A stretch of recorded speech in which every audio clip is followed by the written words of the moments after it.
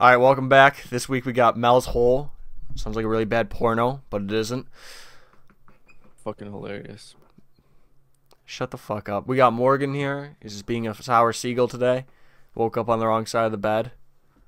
That's just really funny. On February 21st, 1997, a man named Mel Waters called in on the Coast to Coast radio show. Mel says that in 1933 he bought a property in Manastash Ridge, Washington, and found a 9-foot wide hole in the land. Mel said that this hole had no visible bottom. After dropping some trash in it, Mel questioned how deep the hole really was. He would tie a 1-pound weight on some fishing line and began spooling out line into it every chance he got. He claims that after a few years he spooled out a total of 80,000 feet of fishing line into the hole without ever reaching the bottom. That's about 15 miles deep, which would make it the world's largest hole by almost double. Mel also claimed that the hole's existence had been well known for generations, and even the Native Americans who lived on the land before him knew about it. However, the story takes a paranormal twist when Mel says that a neighbor threw their recently deceased dog into the hole. Shockingly, the next day, the dog came running out of the woods near his house alive and well, still wearing the same collar when he was thrown into the hole. In 2002, Mel would make another appearance on Coast to Coast to give an update. He says that after he called in 1997, he attempted to return to the hole, but was promptly stopped by men in black suits who claimed that they worked for the government. They told him that there had been a plane crash on his property and he wasn't allowed any further. But Mel never heard a plane crash on his property. He would attempt to access the hole, to which he was threatened by the same men. Shortly afterwards, the military would come to Mel's doorstep and propose a deal. They wanted to buy all of his land, and in return Mel would receive $250,000 a month, but he would have to leave the United States immediately. Mel accepted the offer and moved to Australia, but soon became homesick and moved back to the United States to live a normal life, which is where the story ends.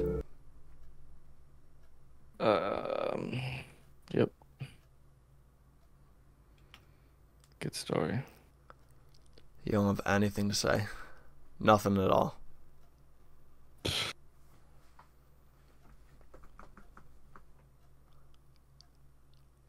Joe, what do you have to say?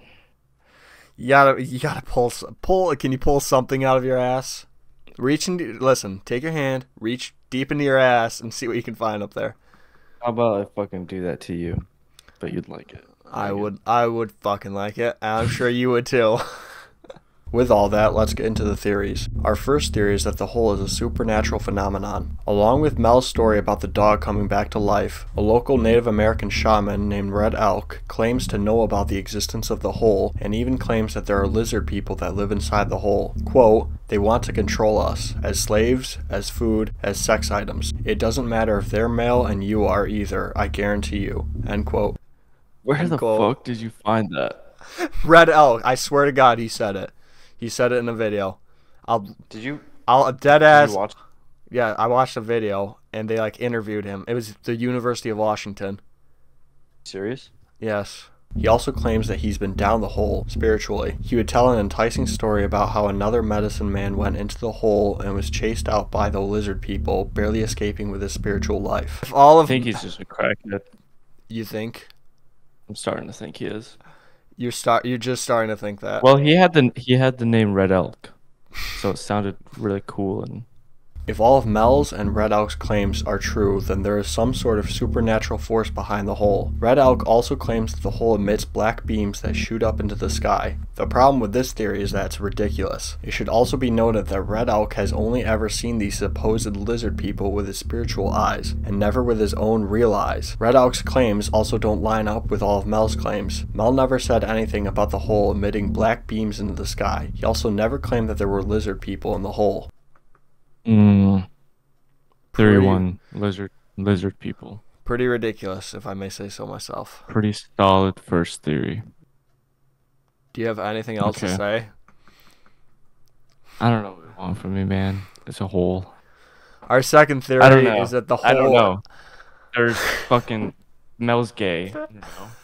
Our second theory is that the hole is a normal hole. To some, this might seem like a plausible idea, but an 80,000 foot deep hole that is 9 feet wide in diameter isn't physically possible. The weight of the ground would collapse in on itself not even 100 feet deep. So how can this just be a normal hole? On the first call to Coast, Mel said that when he was dropping all of the fishing line into the hole, he had a 1-pound weight at the end of the line. It doesn't seem likely, but it is possible that Mel reached the bottom of the hole, maybe in the first few hundred feet, and he just kept sending the line down the hole without realizing he already reached the bottom. That's probably an idiot. Yeah, I believe that one. Yeah. He's also probably drunk. All right. And his dog probably wasn't dead, and he threw it in the hole, but it's a really small hole. That was a neighbor. So the dog survived and crawled out. So you're saying that he threw it down like a 6-foot hole?